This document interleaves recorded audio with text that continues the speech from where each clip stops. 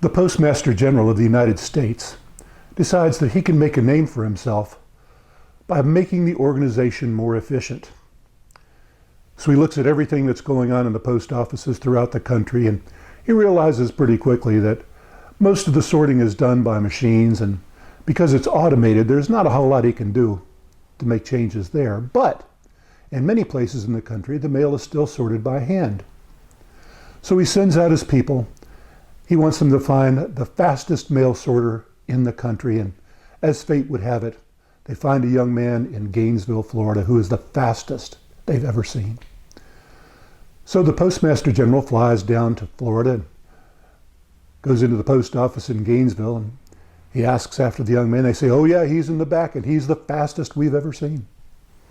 So he goes in the back, and he sees this young man, and he's an absolute blur.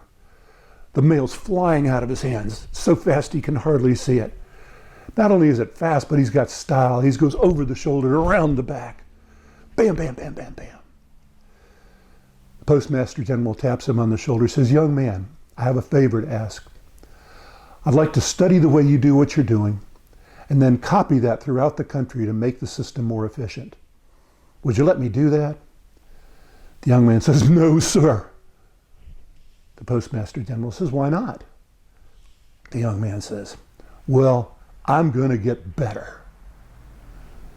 The Postmaster General says, "How in the world are you going to do that? You're already the fastest that there is." The young man says, "I'm going to learn how to read."